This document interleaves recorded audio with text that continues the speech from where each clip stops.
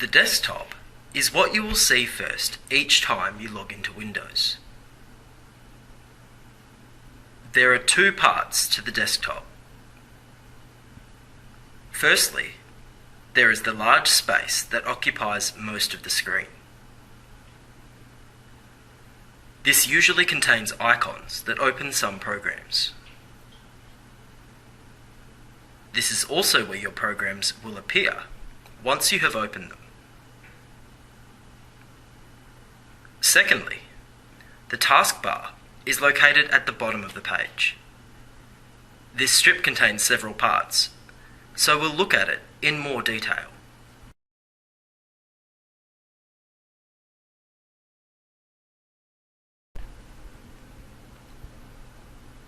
The taskbar is the thin strip at the bottom of the desktop.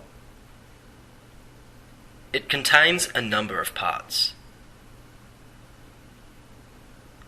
At the left is a circle with the Windows logo in it. This is the Start menu, which we'll look at in a moment. Next are program icons, such as Internet Explorer, Windows Explorer, and Windows Media Player. Clicking once on any of these will open up each of these default programs. If you have any other programs open, for example Microsoft Word, you can see the icons for these along the rest of the taskbar.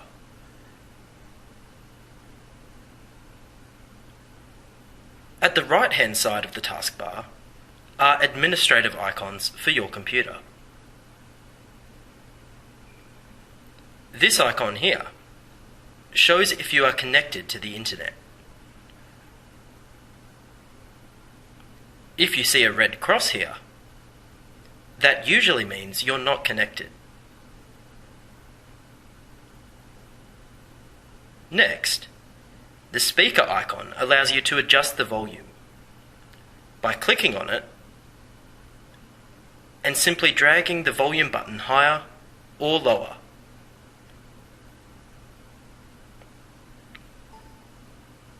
If you click on the time and date, this will show a calendar and a clock, and you can reset these if you need to by clicking on the Change Date and Time Settings button and then following the prompts.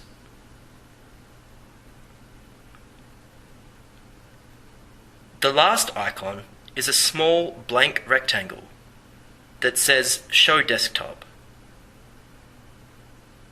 Clicking on this will take you back to your desktop, no matter how many programs you have open.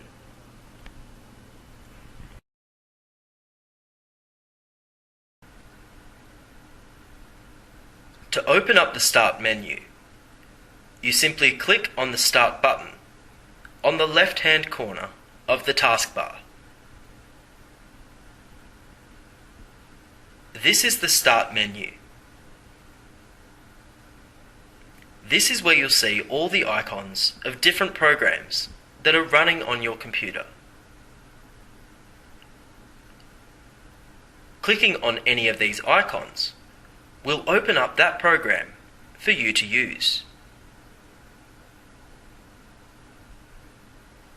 If the program doesn't show up here, you can simply click on All Programs. This will open up a list of all the programs on the computer.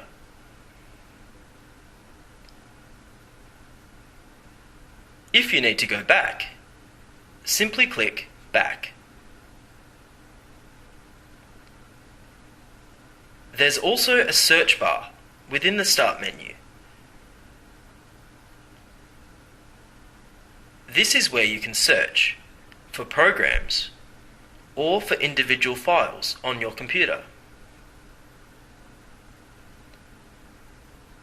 For example, if you need the program Paint, you can simply click in the search bar type in paint, and it will bring up that program. All you need to do is click on the icon, and it will open the program up for you.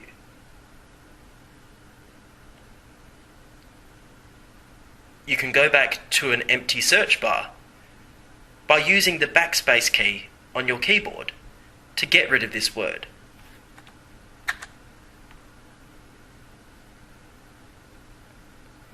If instead you need to search for a particular file, and you know it has the word dog in it, for example,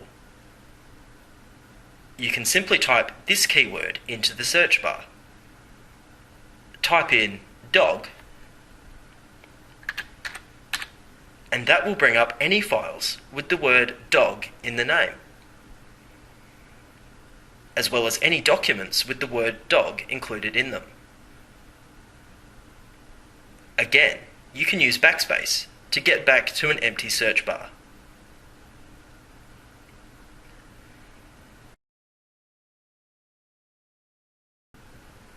At the right-hand side of the Start menu are a number of important icons.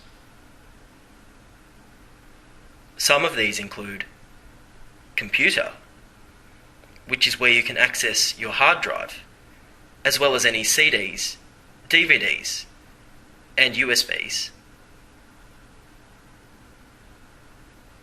Control Panel, which is where you can view and modify your computer's settings. Devices and Printers, which is where you can view and manage your printers, scanners, and other items of hardware. And the Help and Support tab, which will give you help in troubleshooting any problems on your computer.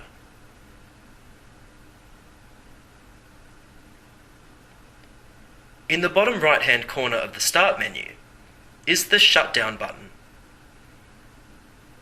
Pressing on this will close all your programs and shut Windows down, turning your computer off.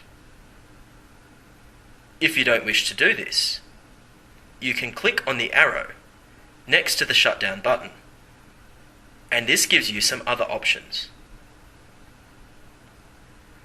The ones you will use most frequently as a student include Log Off, which will close your programs and log you out of Windows without shutting your computer down.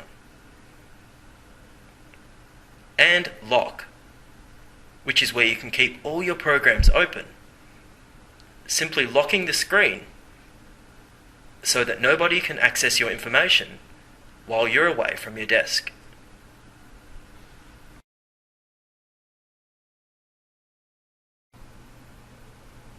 While we're in the Start menu, we can click on Computer to open up a program called Windows Explorer. Windows Explorer allows you to browse all the information and files that are stored on your computer.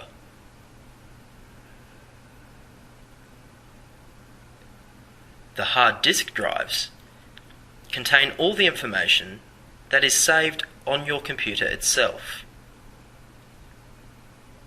while the devices with removable storage contain information that can then be removed and transported to a different computer.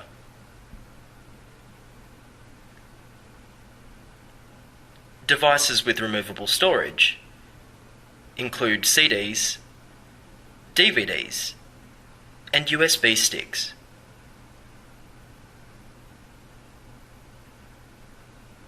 We can close this window by clicking on the X at the top right-hand corner.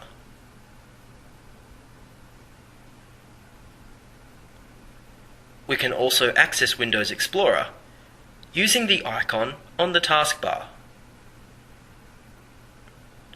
We simply click once using the left button on the mouse, and this will open up Windows Explorer. This is where we can access all our drives through the link for Computer as well as our libraries, where we can find the documents we've saved, as well as music and pictures.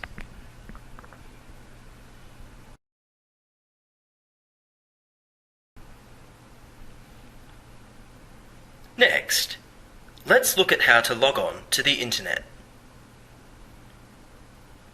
You can access the World Wide Web by using programs known as web browsers. There are several different types of browsers. These include Internet Explorer, Mozilla Firefox, Google Chrome, and Safari. Most web browsers work in a similar way. Let's try using Internet Explorer. You can open Internet Explorer, if it's on your desktop, by simply double-clicking the icon with the left button of your mouse. Internet Explorer is also found on the taskbar. You can simply click it once with the left button of your mouse, and Internet Explorer will launch.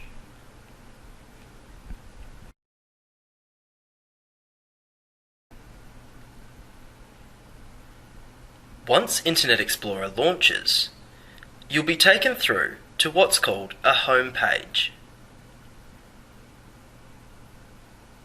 This is a page that you will choose to be the first page you see each time you open the web browser.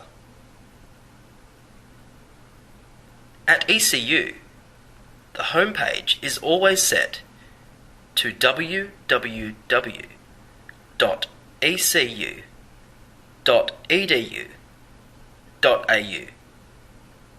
which is the web address for ECU's website. On your home computer, you can change your homepage to whatever you'd like. Perhaps a news website, your email account, or any other page that you go to frequently. You can do this simply by clicking on the arrow next to the home icon here and following the prompts.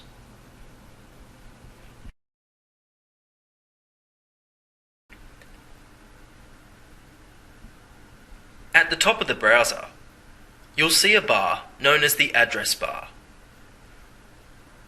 This is where you can type the web address of any website and then be taken directly to that site. For example, if we want to go to Google's homepage, we can type in the address here, if we know it, press enter, and we'll be taken through to that website. Let's try that now. We can click once here and delete the current address using the backspace key on our keyboard. We can then type in the address for Google's homepage, www.google.com, and then press enter on our keyboard. This takes us through to the homepage for Google, which is a well-known search engine.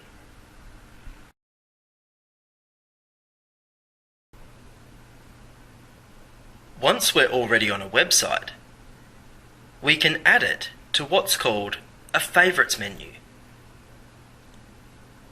This means that instead of having to remember and type in a web address every single time we want to go to a page, we can simply find the icon for that page, click on it on the favorites menu, and be taken directly there. It's a great way to save time. Let's try adding Google to our Favourites menu. We click once on the Favourites button,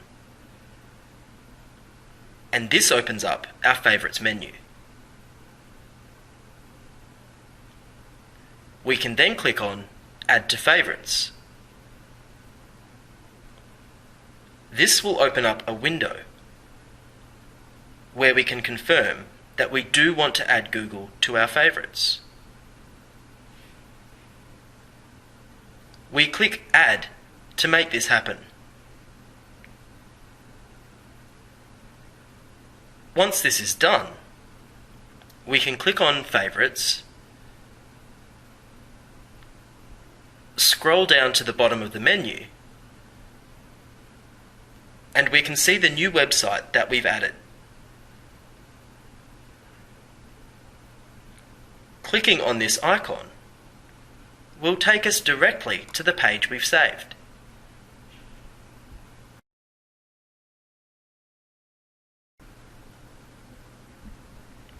If we're on another website and we'd like to return to our home page, we can simply click on the Home icon, located along the top of the web browser.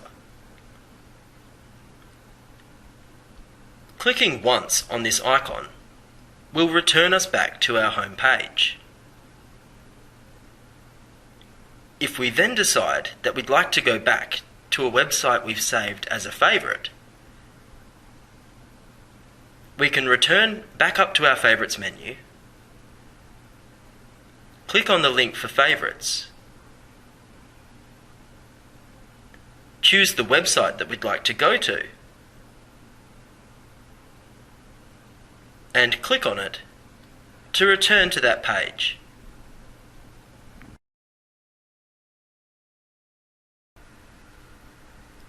If you need to look at another website, but you'd like to keep your current page open, you can use a new tab. Simply click here, and a new browser tab will open up. You can then type in the address of another website that you'd like to go to. For example, ECU's homepage.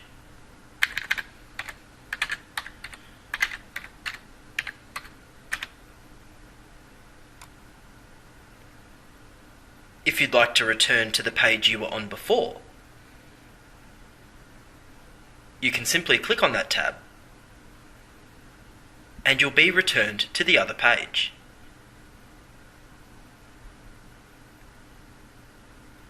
You can alternate between tabs as many times as you like, and you can have several tabs open at once.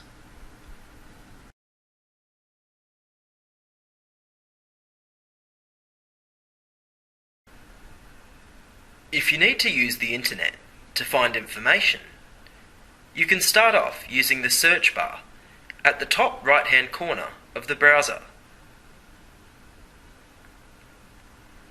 This search bar uses a search engine to scour the internet for results that will match the keyword that you type in. This browser uses the Bing search engine, which is one of many search engines, such as Yahoo Search and the world's most popular search engine, Google. Let's try searching for something. For example, if we need information on the Enlightenment, we can simply click once in the search bar, type in our keywords, the Enlightenment, press Enter on our keyboard, and this will bring up the best results that the Bing search engine can find.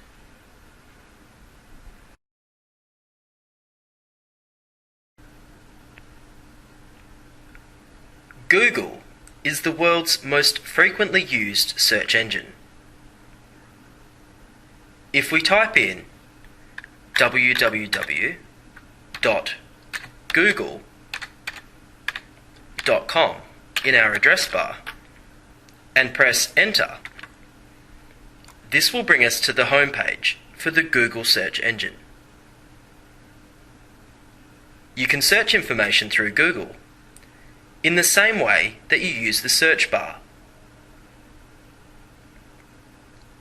If we use our keywords from the previous example, we can type in the Enlightenment, press Enter, and it will give us these results. With Google, you can search not only web pages, but also images, maps, videos through YouTube, current news and information, and much more.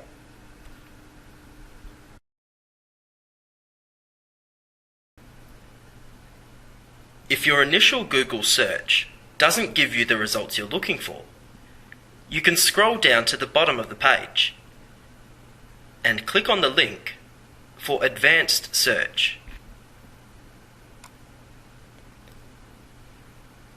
Advanced Search gives you the ability to narrow your search criteria, giving you more focused results. You can change what you're searching for, and you can also narrow your results by choosing which language you'd like results in, or which region you'd like results from. You can also search information by the time it was last updated. This way, you can make sure you're getting the most current information.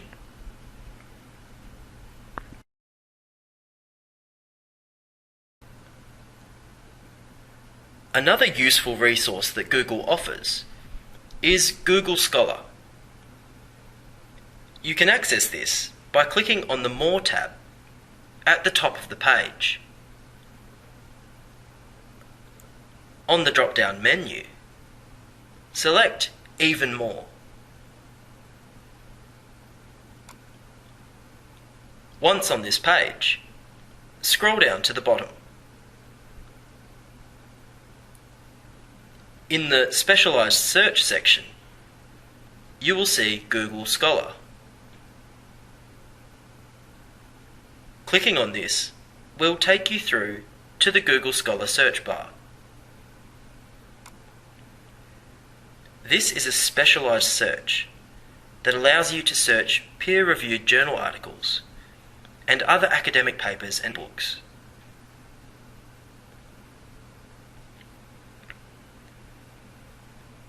This can be a useful resource for your assignments. You can also search academic articles, papers, and books by using the ECU Library 1 search, which you can learn about in other workshops.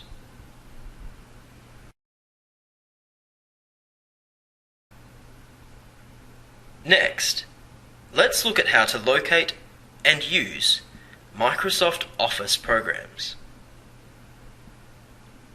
These are the programs you will use to complete many of your assignments. You can find these programs by clicking on the Start menu. Once the Start menu is open, click on All Programs.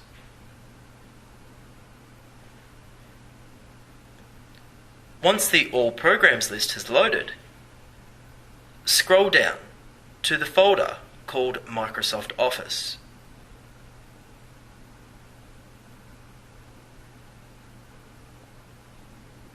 Clicking once on this folder will show you all the programs that are contained within it. The programs you will probably use most frequently at uni include Microsoft Excel, which you can use to analyze data with spreadsheets, tables, and graphs.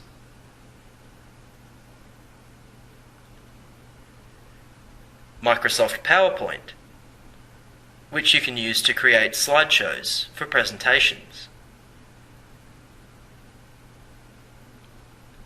and Microsoft Word, where you can write up your assignments and your essays.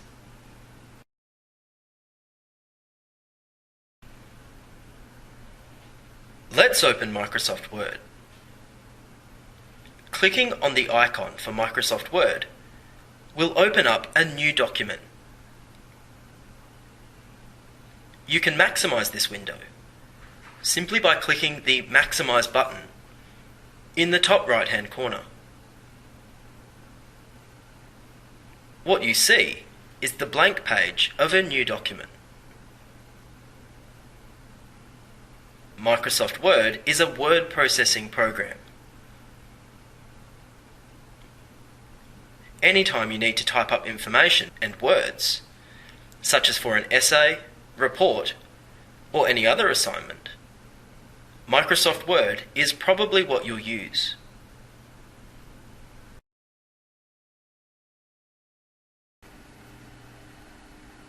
When you start typing in Microsoft Word, simply click once to make this blinking cursor appear. The words you type will appear from this point. You can type using the keys on your keyboard. For example, to type the word "the", you hit the keys T, H, E, and you've typed the word. To create a space, simply press the space bar once. The space bar is the long, skinny blank key on your keyboard.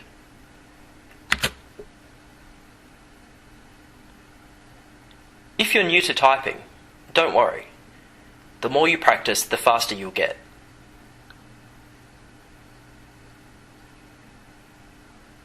Let's try writing a whole sentence. For example, the quick brown fox jumps over the lazy dog. Let's try doing that now.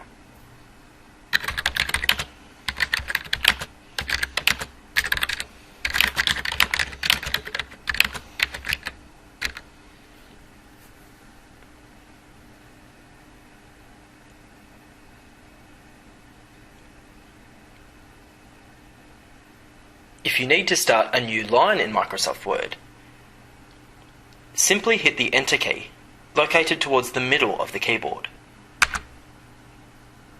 This will return your cursor to the left-hand side of the page, and you can start a new line. You can press Enter twice to start a new paragraph.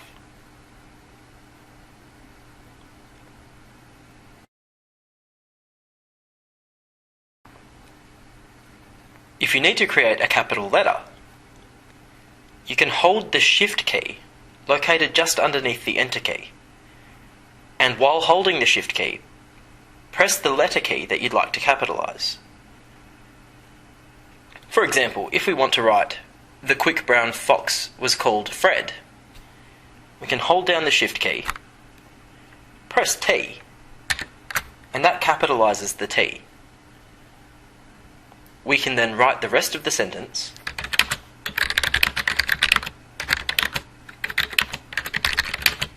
and when we get to capitalizing Fred's name, we hold down Shift and press the F key, followed by the rest of Fred's name, and a full stop.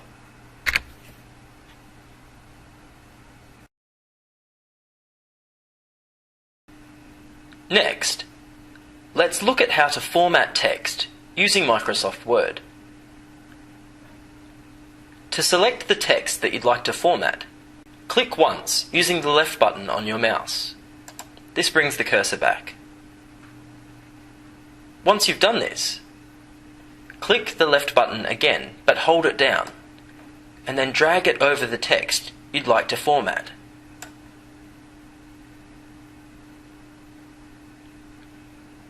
You can then use the formatting tools located at the top of the page.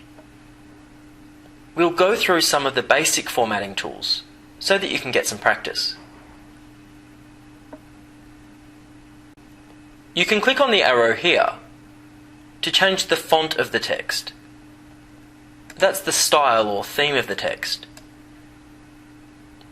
This opens a drop-down menu with dozens of choices. Each font is slightly different.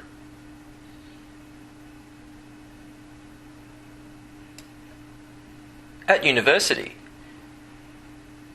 you'll usually use a conservative font, such as Times New Roman.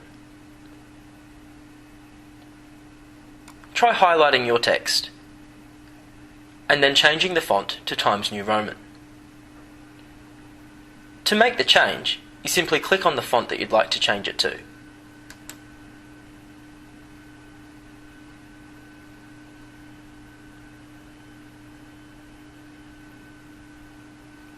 Once you've changed the font, you can also change the size of the text using this arrow here. Clicking here opens up another drop-down menu with several different choices. You can make the text tiny,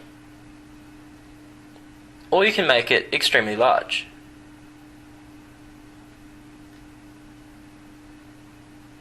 At university level, it's a good idea to work with size 12.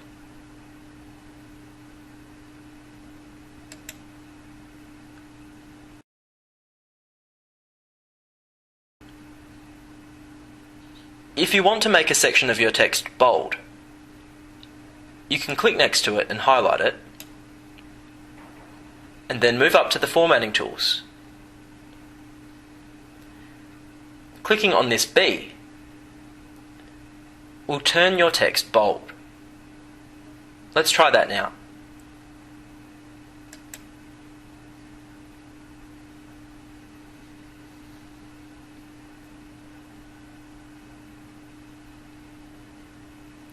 You can also format your text in italics by clicking on the I.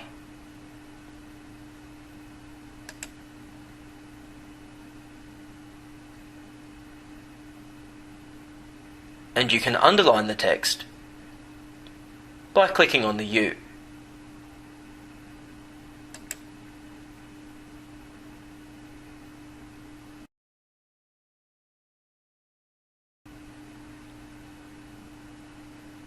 If you need to put some text into the center of the page, for example, for the title,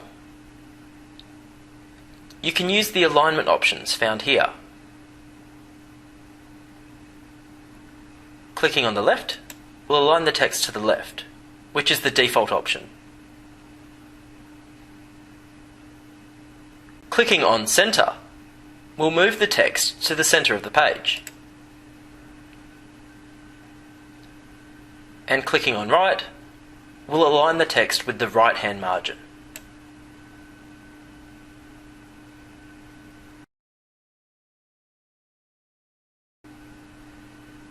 If you want to, you can also change the color of the text.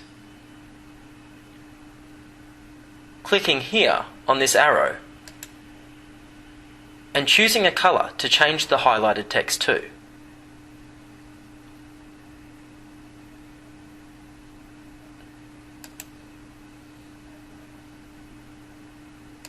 There are many other ways to format text in Microsoft Word, and you'll find these out with more practice.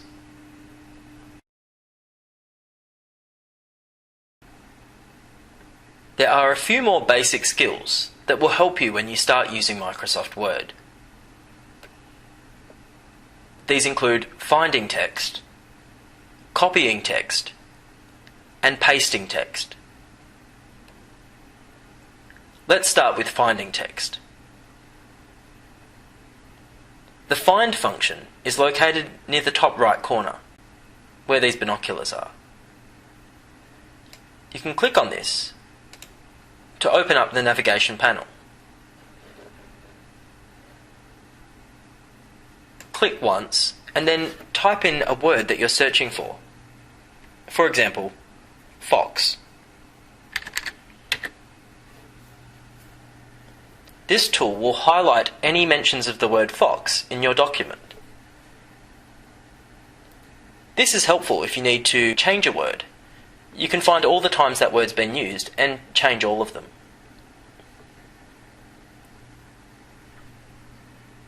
If we press the X here, that will close the navigation panel. You can also use the find function by using what's called a keyboard shortcut. This opens up the function without using your mouse. You can open up the find function by locating the control key on your keyboard. This is just below the shift key. Hold down the control key, and while that key is held down, press the F key. As you can see, this opens up the find function.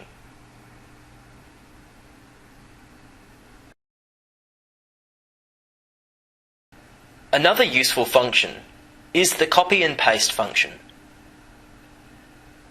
This is where you can highlight and copy text and then paste it somewhere else. Let's try by copying our first sentence. Click once, then click again, holding the left button down, and drag it across your text.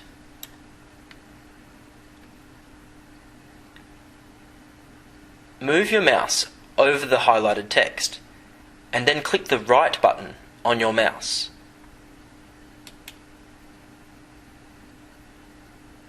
This opens up a menu. Select the second option, which is copy. That's copied the text to Microsoft Word's clipboard. Click once outside the selected area to remove the selection. Now press Enter once for a new line. Move your mouse to the start of this new line and click the right button of your mouse again.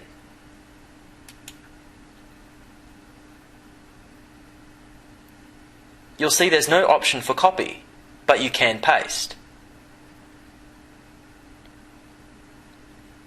There's several options. Select the one with the letter A to paste text and click on it. This has duplicated your entire sentence. And you can repeat this as many times as you like.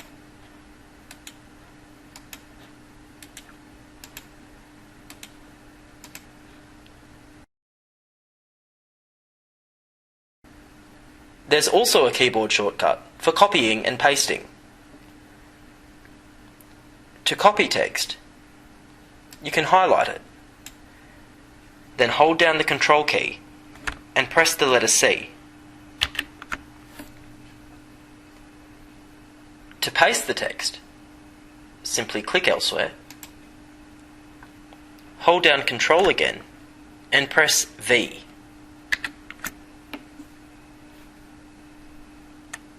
Again, you can do this as many times as you need.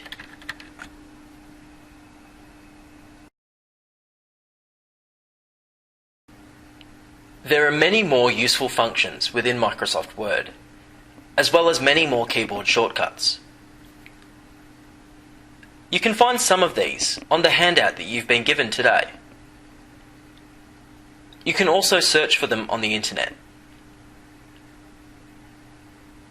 Another way to find them is by hovering over an icon, which will give you the keyboard shortcut, if there is one. For example, let's try hovering over the B button. We know that by clicking on this, we can make text bold. But this tells us that we can also hold down Control and press B to make text bold without using the mouse. Italics and underline also have keyboard shortcuts. When you've finished using a document, or even if you're partway through, it's a good idea to save it. To save a document, you use the Save button up in the top left corner. The keyboard shortcut for save is holding down Control and pressing S. If you need to print the document, you can click on File, move down to the Print option here and click on it. And then click this Print button to print the document.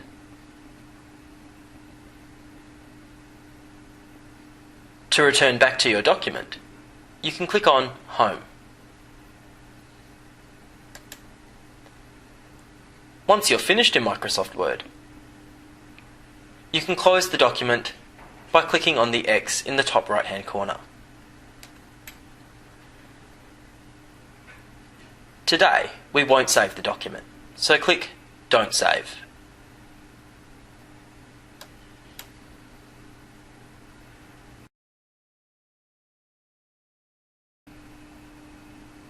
When you've finished using your computer, remember to log off. You can do this by clicking on the Start menu, moving to the arrow next to the Shutdown button, and clicking Log Off. This will close all programs and log you out of Windows until next time.